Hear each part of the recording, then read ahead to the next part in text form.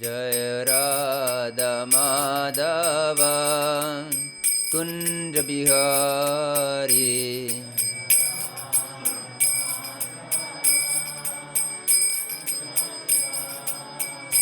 Jai Radha Madhava Kunja Bihari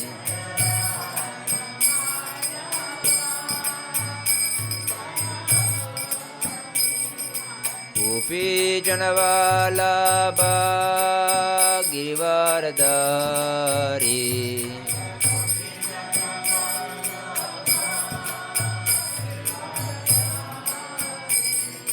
Gopi Janavallabha Girivaradhari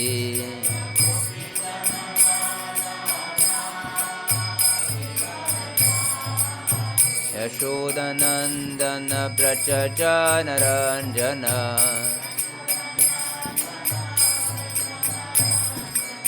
Yashodanandana Brajajanaranjana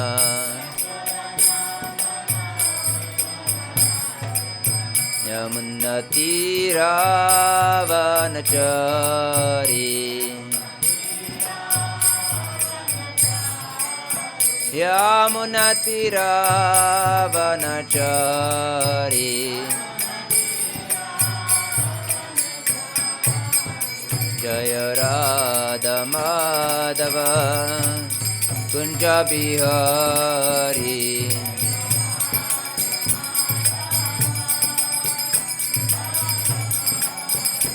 Jai Radha Madhava Kunja Bihari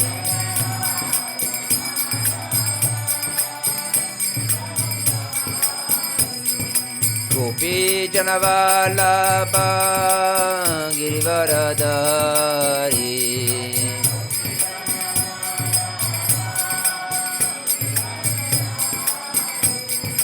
Gopi Janavallabha Girivaradhari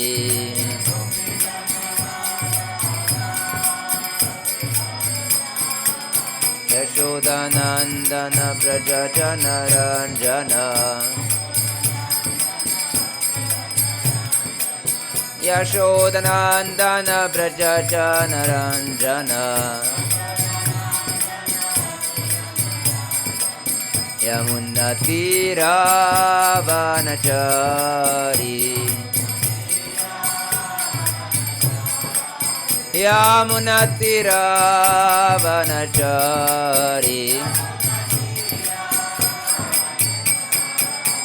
Jaya Radha Madhava Kunja Bihari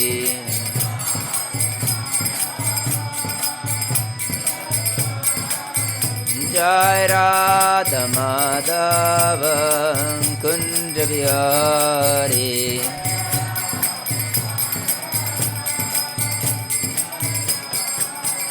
Hare Krishna Krishna Krishna Hare Hare Hare Rama Rama Rama Hare Hare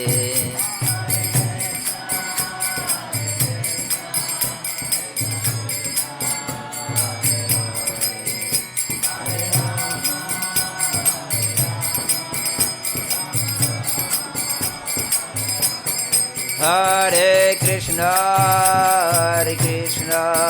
Krishna Krishna Hare Hare Hare Rama Rama Rama Hare Hare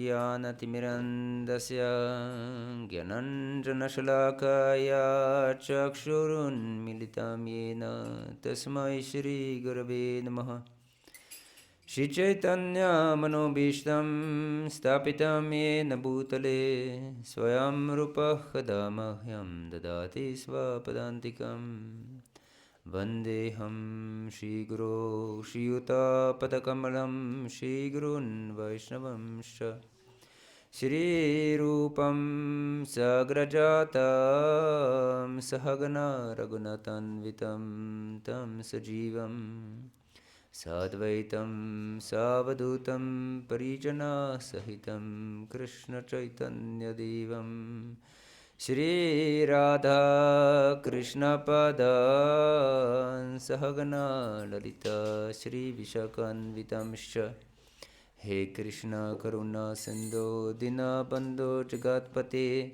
Gopesha Gopika Kanta Radha Kanta Namostute Tapta Kanchana Gaurangi Radhe Vrindavaneshwari Vrishabhanu Sute Devi Pranamami Hari Priye Vanchakalpa Tarubhyascha Kripa Sindhu Behivacha Patitanam Pavanebhyo Vaishnavebhyo Namo Namaha Shri Krishna Chaitanya Prabhu Nityananda Shri Advaita Gadadhara Shri Vasadi Gaura Bhakta Vrinda Hare Krishna Krishna Krishna Hare Hare Hare Rama Rama Rama Hare Hare Namo Vishnu Padaya Krishna Prishtabhutade Shrimati Radhanath Swami Namini Namo Vishnu Padaya Krishna Prishtabhutade Shrimati Bhaktivedanta Swami Namini Namaste Saraswati Deve Gauravani Pracharine Nirvishesha Shunnavati Paschatade Shatarini Hare Krishna. Is this on? Yeah. Okay, thanks. I'm very grateful to be amongst all of you today. I was considering to discuss today on the teachings or message of the first chapter of Bhagavad-gita. Usually many devotees tend to skip this chapter or go through it very quickly and not pay attention much to it. But it's very important for us to understand the whole message of Gita. Who is the first personality that appears in Bhagavad-gita? Dhritarastra. Yes. Dhritarastra. Dhritarastra uvacha dharmakshitra kurukshitra samavita yutsava mamakah pandavaschiva kimakurvata sanjaya.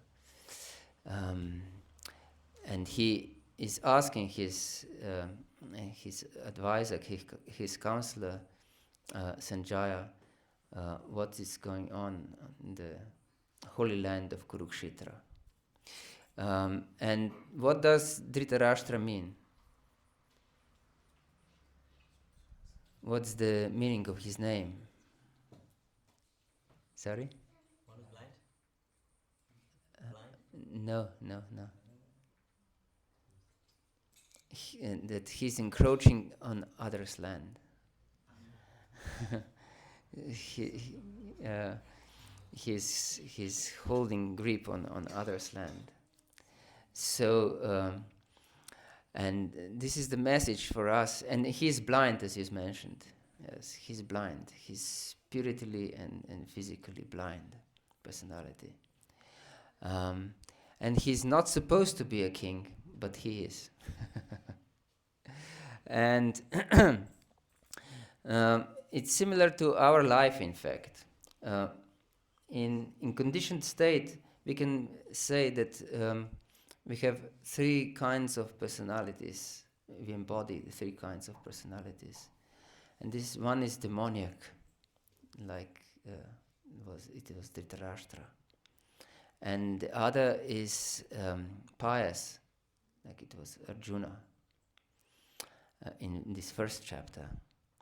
And then the third we should discover first, and this is transcendental personality. And this demoniac tendency in us is seen that we hold on others' land. And what is others' land in our life?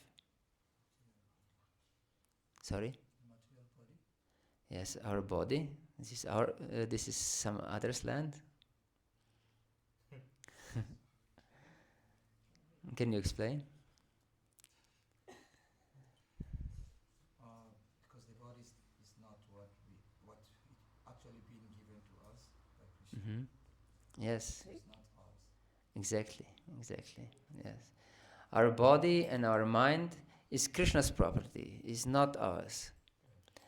And if we consider it ours, we are demoniacs, demoniac personalities. And he was blind, and this blindness is just because he was separate from Krishna. It is explained by Kapila Muni in third canto of Srimad Bhagavatam, that if we hold this separate identity, it's called Pritak Bhava. Pritak means separate, and Prabhupada translates it as separatist mentality. That we consider ourselves and other living beings to be separate from the Lord, in fact, to be also separate from one another. And so we hold our own interests in our life, and we want to use everything we have for our enjoyment. In fact, we want to occupy the position of the Lord, because Lord himself explains in 5th chapter of Bhagavad-gita, Bhoktaram yagatapasam sarvaloka maheshwaram suhridam sarvabhutanam gyatmamam shantim richati. That I'm the enjoyer of everything, says Krishna. Of all yagyas and tapas. And we always perform some yagyas and tapas. In fact, yagya means what? Sacrifice. And so you came today here and you sacrificed your time. This is one kind of yagya. You sacrificed your time to come here. And sitting on the floor is not so comfortable, is it? So and this is one kind of austerity. And we should know that all these sacrifices in our life and all our inconveniences to achieve something is meant for Krishna's pleasure only. And if we think that something is meant for our pleasure, for our satisfaction, for our enjoyment, for making us important in the eyes of others or ourselves, that means that we hold this Dhritarastra mentality. And it is interesting, the next personality mentioned, of course, except Sanjaya, who is speaking, is Duryodhana in Bhagavad-gita. And Duryodhana can be, we can understand Duryodhana also as our mind. Duryodhana is very interesting personality. Duryodhana means what? His name. The one who is very difficult to fight with.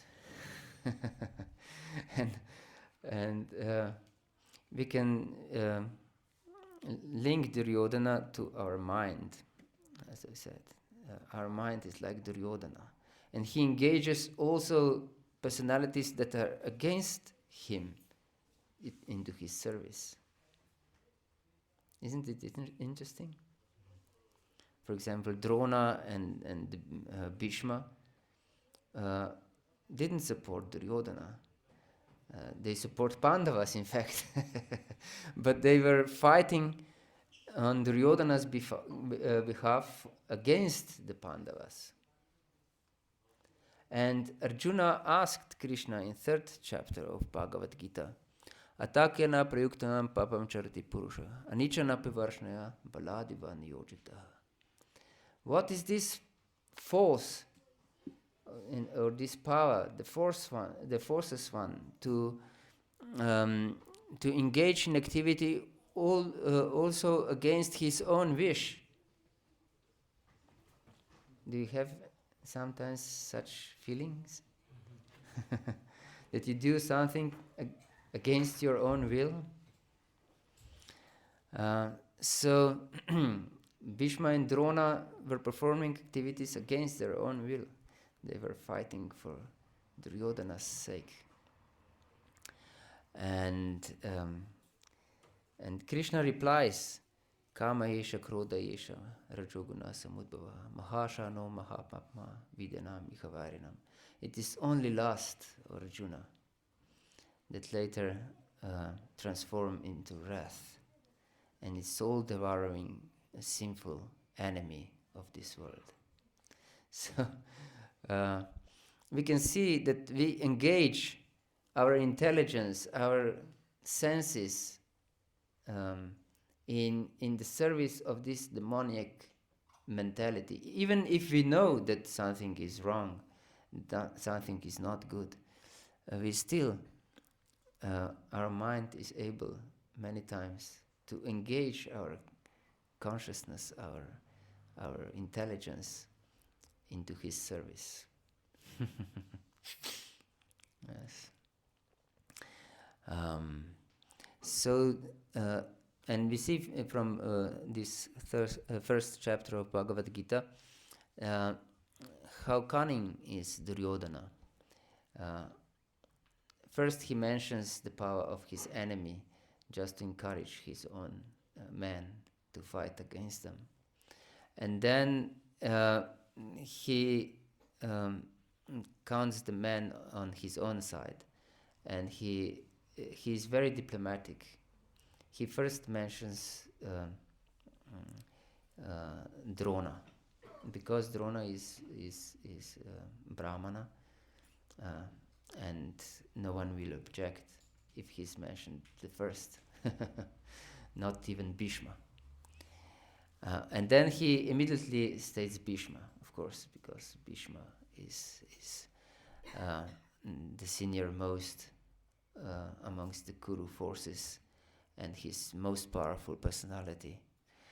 And then he immediately mentions Karna, although he was not willing to fight as long Bhishma will fight, because Bhishma was always against Karna very much, and so he insulted Karna at every opportunity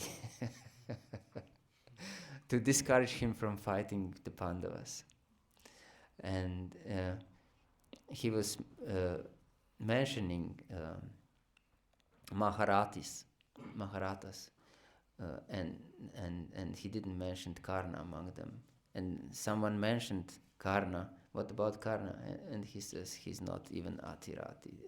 That means that he cannot even fight with one fight. And Karna was so frightened with Bhishma that he said, as long as Bhishma fights, I will not fight. So Bhishma has succeeded in this purpose to avoid Karna to fight with Pandavas. And he mentioned also quite soon his brother Vikarna.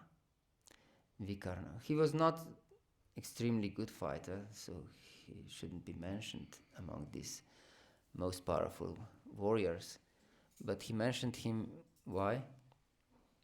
Yes, he protested against Draupadi. Yes, he was the only one, in fact, besides Vidura, to protest against the mistreatment of Draupadi. So Duryodhana is very hard to fight. And then we have this Arjuna, who is representing this pious mentality in our heart. And his advantage is that he has Krishna on his side. But still, although he has Krishna on his side, that means if we are pious, we follow the words of the scripture, isn't it? And Krishna is represented through scriptures. So, and in first chapter of Bhagavad-gita, Arjuna first wanted Krishna to drive his chariot amongst in between of the two armies, that he could see with whom he should fight. And Krishna is very cunning. Bhishma Drona Pramukatah Sarvaksham Shikshitam Uvacha Partha Parshetan Samavitam Kuruniti. So he drove his chariot in such a position that it was stationed just in front of Bhishma and Drona. And he said, "Just look, O Partha, all these warriors here." And when Arjuna saw Bhishma and Drona, who were his worshipable personalities, he realized that he cannot fight. And then he was starting to argue against fighting with Krishna. So it is our position also in this material world. We can know that something is wrong, and in fact that all our allies, that all our friends are on the other side, and then we don't wish to fight because our relatives are against us.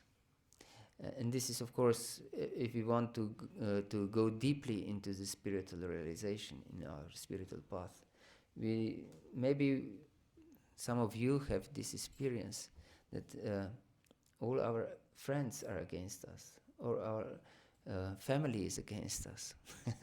Everyone is against us, who is dear to us. So then we consider twice if we want to engage in this or not, in this fight. Do you have such experience? Yes. Hare Krishna. Yes, we have such experiences. And then Arjuna was very intelligently, he very intelligently tried to escape this fight. And he said, "Why should I fight against my own relatives and friends? I would like to enjoy this kingdom and have kingly pleasures only for them, not for myself. If I fight, why should I fight against my relatives? And it's sinful, in fact, to kill your relatives and friends, and just for the sake of the kingdom. How come that we came so low that we want to fight our friends and kinsmen just to enjoy the pleasures of the kingdom? I don't want to do this. What kind of happiness can I receive from this?" And it is very common when we search excuses for something we don't want to do. We don't list just one excuse. We always find at least two. So one excuse was that he don't want to fight with his friends and enemies, and friends and relatives. And then he developed further his reasoning that if he kill those personalities, then the family tradition will be lost. And if the family tradition is lost, then women will become corrupt. And by corruption of women, there will be Varna Sankara, unwanted population. And by unwanted population, all these rituals for deceased relatives will be stopped. And then everyone will go to hell. And he quotes authorities. Bhagavad-gita Shushama. I have heard this from my teachers. So, who could object his reasoning? But if you look deeply in his reasoning is the very basis of all violence in this world.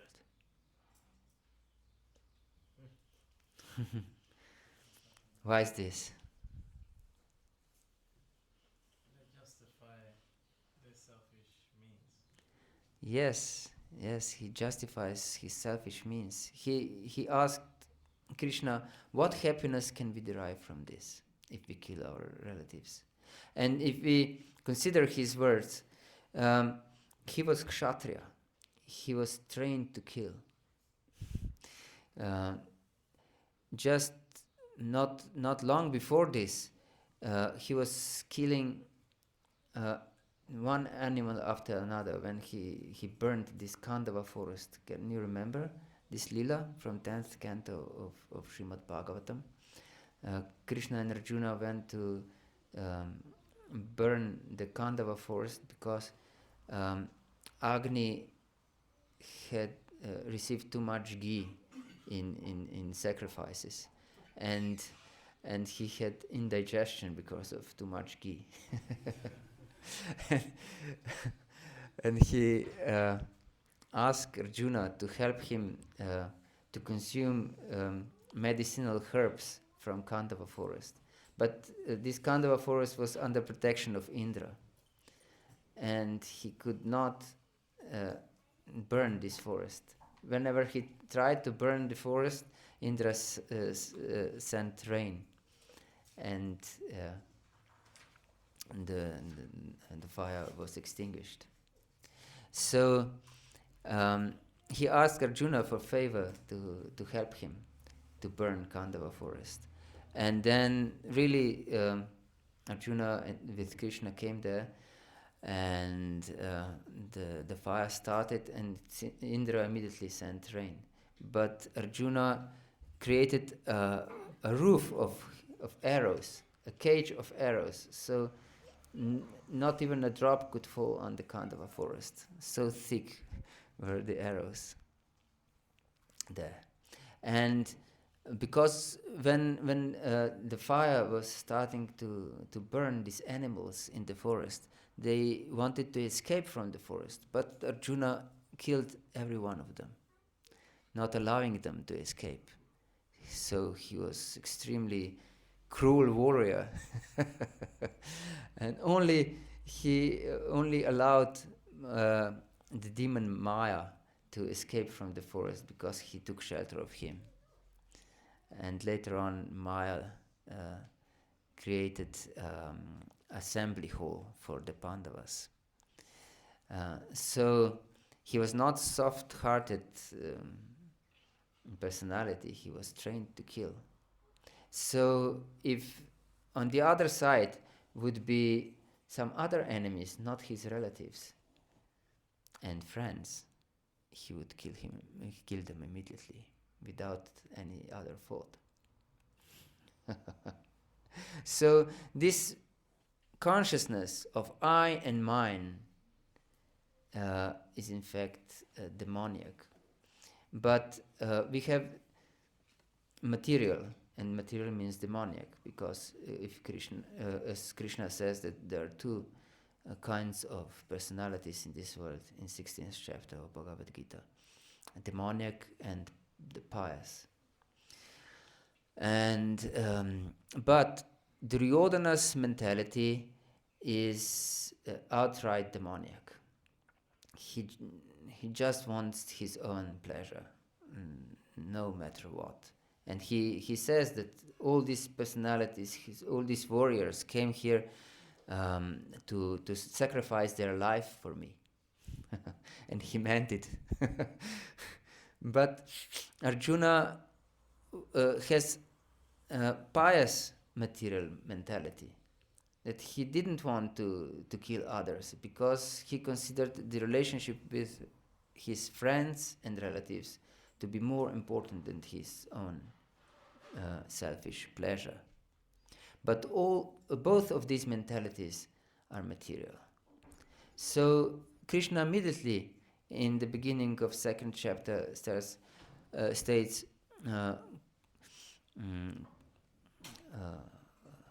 Kutastva kashmalamidam vishamye samopasitam anarejushtam arsvargyam akritir karam Arjuna. From where this impurity came upon you? It doesn't seems right for the Aryan, with those who have Aryan mentality, and you should know what is the purpose of life. From where this impurity comes upon you. So looks strange. He didn't want to fight. He didn't want to spill blood, but Krishna is chastising him immediately. And this mentality comes because of bodily consciousness. So he begins his teaching of Bhagavad-gita with first explaining that we are not this body. Natvevaham jatanasam natvam neme janadva nachevana bhavishama sarvevayam param. That there was no time that I and you would not exist, and all these kings, and also in the future none of us will cease to exist. So we are not these bodies. We are always, our bodies are always changing, but we are always the same. This is the first teaching. And all this Pritak Bhava we mentioned, and this Pritak Bhava, of course, is seen in Duryodhana and Arjuna, in both of them. They have this separate identity from the Lord, because Duryodhana wanted everyone to be killed for his pleasure, and Arjuna didn't want his friends and relatives to be killed for his pleasure, but he would readily accept if some foreigners would be killed. And this Pritak Bhava is because of bodily identification. This is my relative, this is my friend, this is my enemy. And of this, and this is avidya. Avidya means ignorance of our own self. And therefore we accept our body. I'm Christian, I'm Muslim, I'm Hare Krishna, I'm black, I'm white, I'm Hindu, I'm a man, I'm a dog, I'm a cat, I'm a Chinese, I'm Slovenian, and so on. These are all bodily designations and have nothing to do with our own real personality. And because of these bodily designations, we have raga. Raga means attachment. Attachment to those things that are maintaining our existence, our false existence. And we consider not just our body to be our existence, but also our culture, our language, our friends, our relatives, our football club. our religion, and we are attached to all these things, and our family, of course. We are attached to all these things very much, and this is raga. And then, because of this raga, there is immediately dvesha. Dvesha means hatred. Hatred to everything that potentially jeopardize our existence. And so we hate those who, from other cultures, from other religion, from other color of the body, of other species of the body. And this is dvesha. This is dvesha. Hatred. And so, for example, these football fans, they hate each other. And they try to kill each other. Because of this dvesha.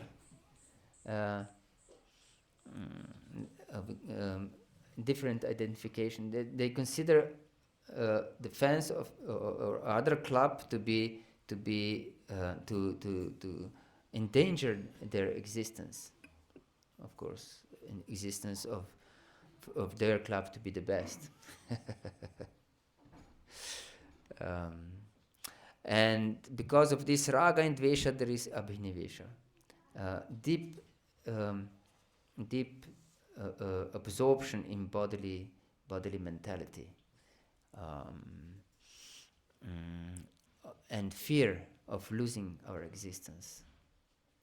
And of course, this losing of our existence doesn't mean only death. This is the ultimate loss of existence, but also our losing of our religion, of our culture, of our language, of our tradition, as Arjuna was afraid to lose everything of these.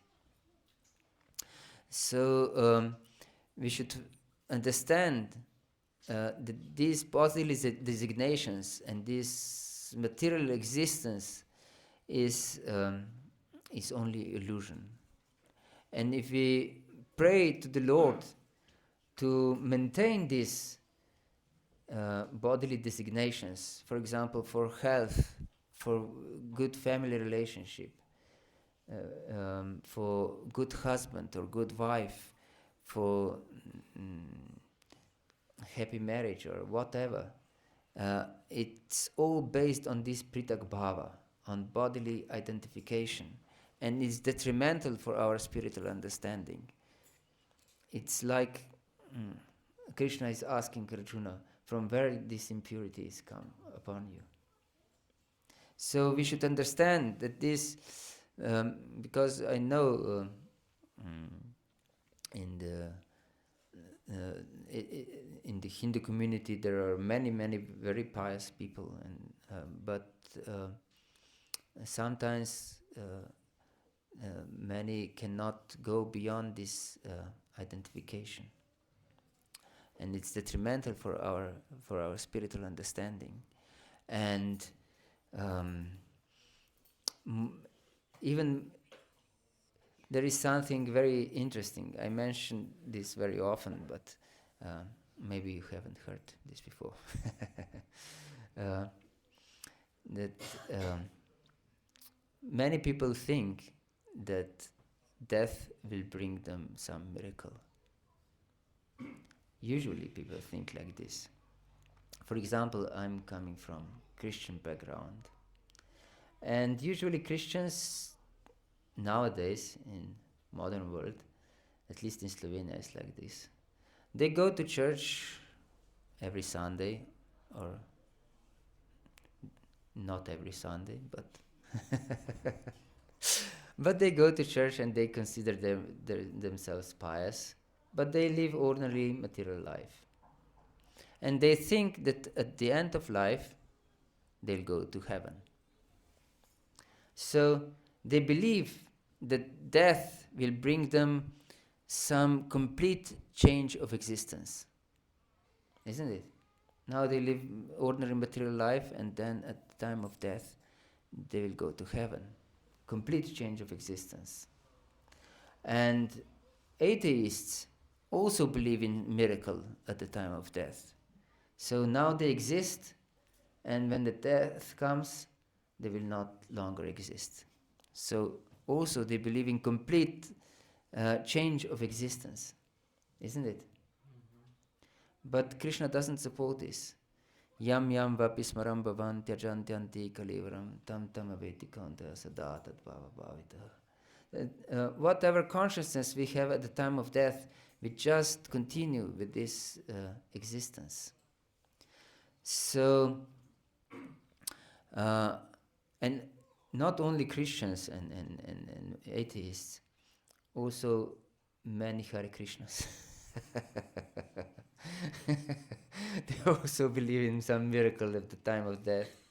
So I can maintain my little material desires, and Krishna is merciful, and at the time of death I'll go to the spiritual world. But has Krishna just recently become merciful? Or he's eternally merciful? He's eternally merciful, but still we are here. So he is so merciful that he fulfills our desires. So if we maintain our desires, material desires, separate these desires from Krishna with prayers for our family, for health, for peace, for a good husband, good wife, good grades in school, we in fact maintain our material desires. And Krishna is so merciful that he will fulfill them. Prabhupada once said, if we have desire for one chocolate, Krishna will give us a body to taste it.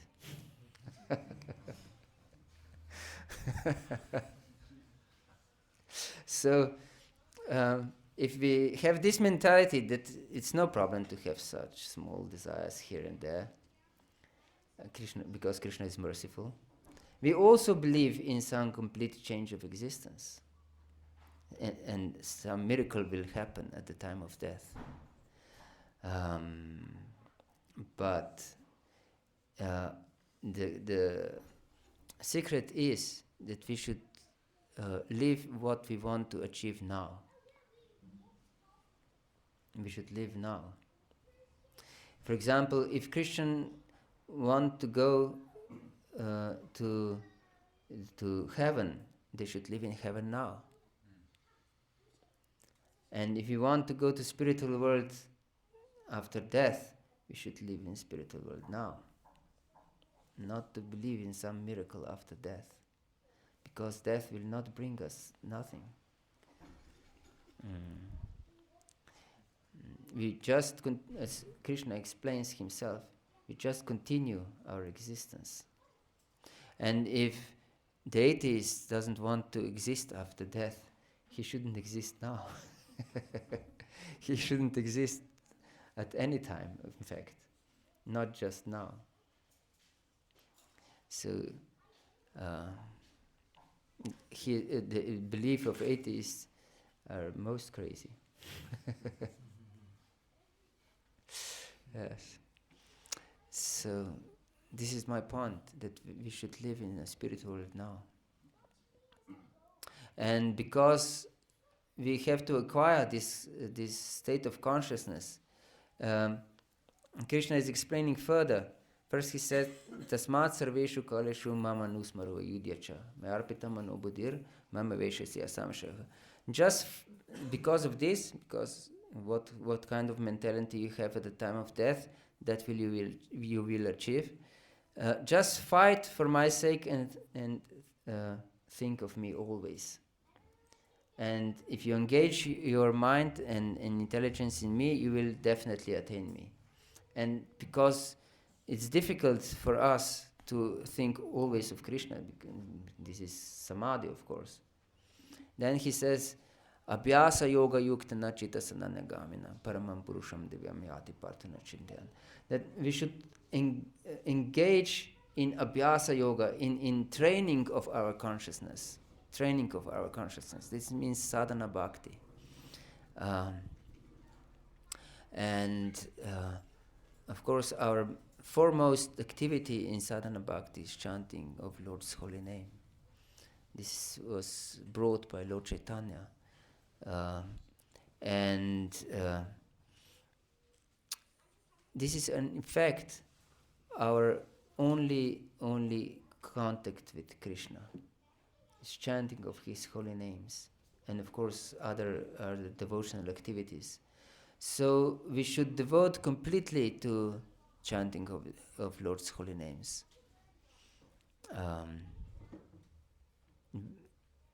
If possible, very early in the morning, because no one will disturb us at that moment.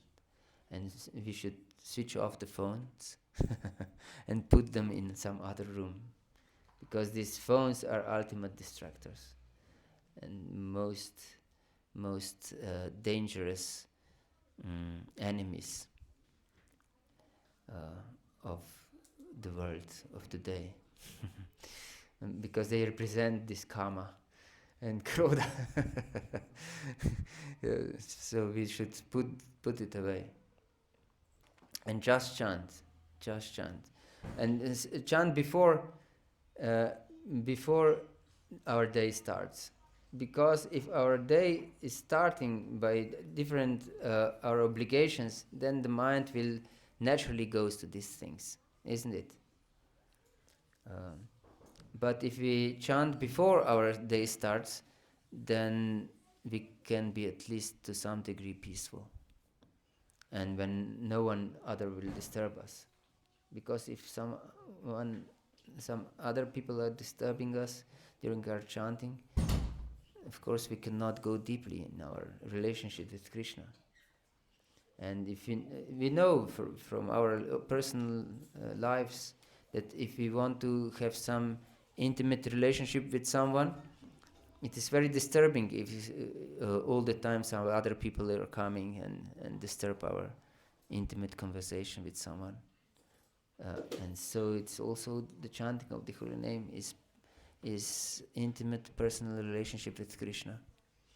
So if other people are coming and we discuss with other people instead of devoting our life and time to Krishna, it's disturbing and it's offensive. And if they think other things during chanting, it's also offensive.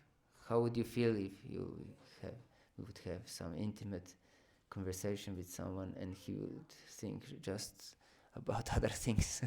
What did you say? I forgot what we saw as discussion. Yes, because if we are absorbed in other things, we cannot be focused on other things. So much so, I'm completely convinced that you have this experience yourself. Sometimes you may feel that you hurt yourself, but you cannot remember when it happened. Have you this experience? Yes, because your mind was fixed on something and you didn't notice when you hurt yourself. And for example, Mataji Devaki, do you remember Mataji? Do you know her? She's from Europe. She's preacher also. She was goalkeeper in in some handball in some handball club. Do you know this sport? And you don't know? But no, it doesn't matter. And she was so absorbed in these goalkeeping activities that she didn't notice that her hand broke in her wrist during the game. Only after the game she noticed that her wrist is hanging like this. And she noticed only after the game that she broke her wrist during the game. So and if we are absorbed in some anxiety and so on, and we take prasad during this time, we when we finish, we notice that we didn't taste anything. Okay? Do you have this experience sometimes? Yes. So we should absorb ourselves in chanting. This is my message. Hare Krishna. These are good questions. Okay. Would it be true to say that the world of materialism is hell on earth? Hare Krishna. World of materialism is hell on earth. Yes, it can be said like this. Because materialism is against the will of the Lord. And whatever is against the will of the Lord is hellish condition, in fact. And material conditioning is hellish, in fact.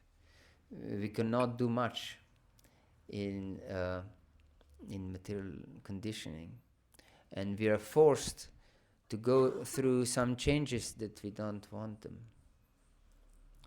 For example, we don't want to get old, but we get old. You want it or not. For example, I cannot see as good as I saw 10 years ago. And I'm not so fit as before. So yes, materialism is bodily existence, in fact, and all bodily existence is hellish. Is this maintaining this pritak bhava, as we explained. Pritak bhava means separate identity from the Lord. And so we accept ourselves as material body.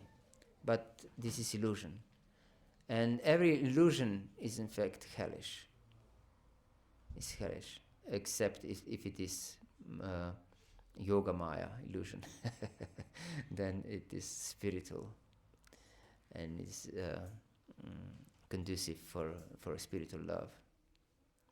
But if it is by Mahamaya illusion, that we are this body, and all that is connected with this body is mine, that this is hellish condition. Hare Krishna. Hare Krishna. How can we live in the world? What is this? How can we live in the world being attached to all, without being attached to all the things we need for living? We can't live without basic needs. How do we remain aloof from everything? And this is a very good question. Thank you. How can we live in the world without being attached to all the things we need for living? This is the art of Krishna consciousness. Yes.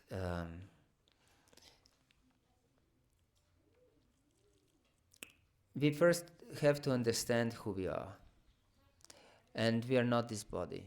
That's why Krishna explains from the beginning of Bhagavad-gita that we are not this body. And it is explained in Chaitanya Charitamrita, Jivara Swarupa Hoy Krishna Nityadas, that we are always Krishna's servants. So, if we become Krishna's servants in our consciousness, because we are always Krishna's servants, even most ardent atheists are always Krishna's servants, but they don't know it. And Krishna explains that even the demigod worshippers are worshipping only himself. Ye pyanya devata bhaktaya jante shadayanvita Tipimamiva konta jantya vidipurvakam. But they worship him in wrong mentality, not according to Shastra. And so they're connected with demigods, not with him. And they go to demigods, not to him. So we always worship something. We are the beings of worship. So if we don't worship Krishna, we worship our existence, as I said before. We worship our living. But Krishna will always protect us. Ananyashchintayantam mam yejanah parupasati tesham nitya bhyuktanam yogakshima vahamyaham.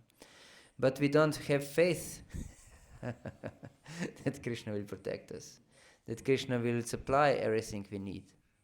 So then we become attached to all the things we need for living. But Krishna will supply everything we need for living. And in fact, that doesn't mean that we don't acquire things for living if we worship Krishna. We do our service also in material world. Karmanyeva dikarasti ma paleshu kadachana. Makarma paleh heturbur mate sangosto karmani. Is explained Krishna in second chapter of Bhagavad-gita that we should do our work, but we are not entitled to enjoy fruits of the work. So we must do our work just for pleasing Krishna, just to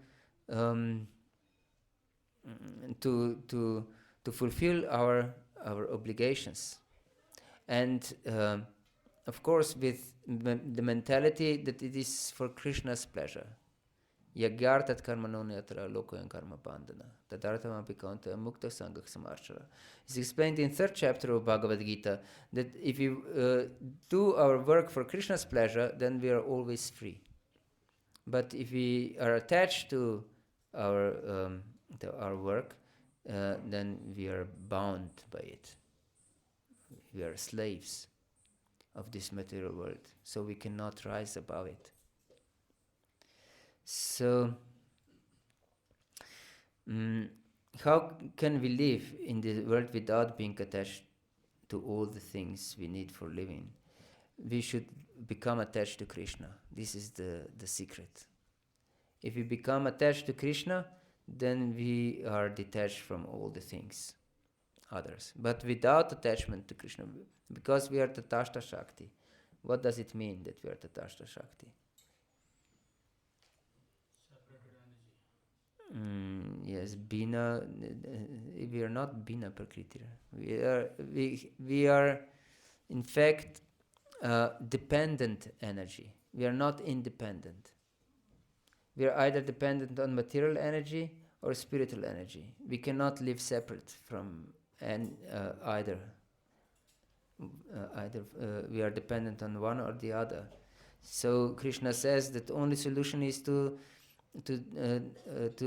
surrender to him. Devi hiesha gunamayi mama maya duratya mam eva yi prapadanti maya mentantarantiti.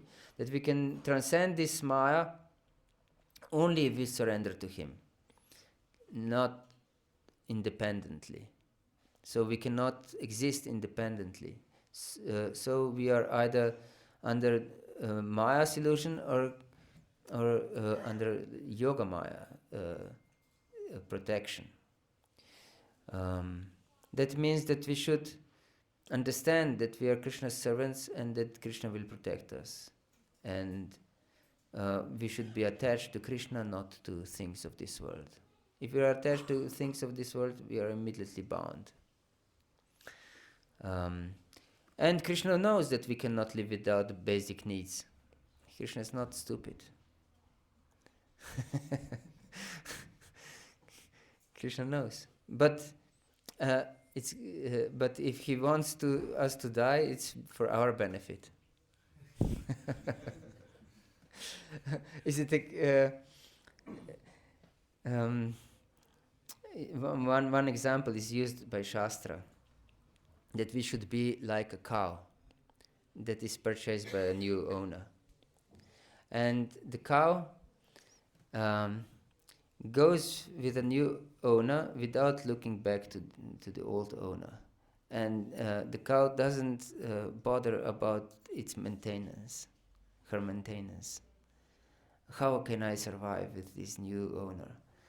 She just gives milk and depends completely on the new owner. What will she eat and so on, and where will she sleep? And so we should be in the same mentality. Our new owner is Krishna, and we just give milk, we just serve to our new owner, and we don't bother about our maintenance. That doesn't mean that we don't perform what is needed, our obligations for our care for our family, if we have a job or anything. That is our service. That is our giving milk. But Krishna will do the rest. Hare Krishna. Third question, Hare Krishna Prabhu, what's our what is this? As Krishna society to bring human society duty. What's our duty as Krishna society to bring human society to the understanding that due to our selfish mentality, the entire society are in chaos? What is our duty as Krishna society to bring human society to the understanding that due to our selfish mentality, the entire society are in chaos? Our duty is to fulfill Lord Chaitanya's mission and Prabhupada's mission. Foremost duty is to propagate the chanting of Lord's holy names. This is the ultimate solution for suffering humanity. Harir Nama, Harir Nama, Harir Namaiva Kevalam, Kalo Nastiva, Nastiva, Nastiva, Gatirnata. There is no other way in modern world than chanting of Lord's holy name, chanting of Lord's holy name, and chanting of Lord's holy name. And this is not a sectarian understanding. Also, Lord Jesus said, "Hallowed be thy name."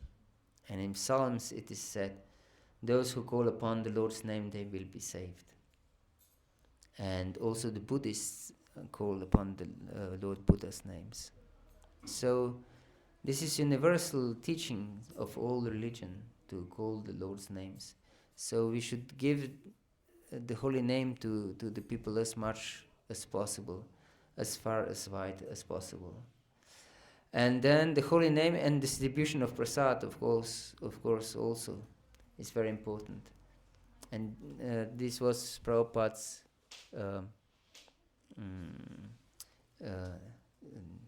tactic.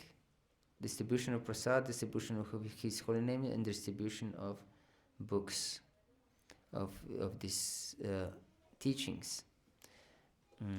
So these three things are very important. To understand what is spiritual understanding, and to chant the holy names, and to live on prasad. And we should of course live like this ourselves first. If we don't believe in these things, how can we distribute this? Isn't it true? So if we don't live just on Krishna's prasad, how can we have faith in Krishna's prasad? That means that we don't eat other things that are prepared by karmis.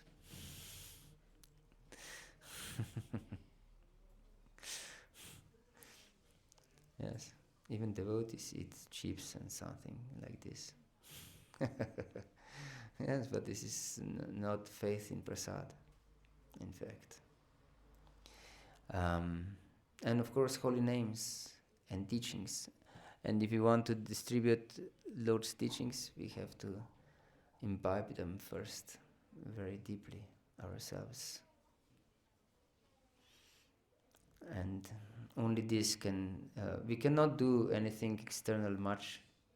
We cannot take weapons.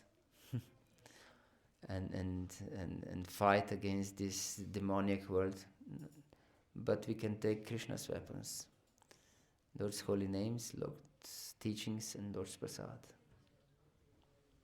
I think this is the only solution in this world. Hare Krishna. Anything else?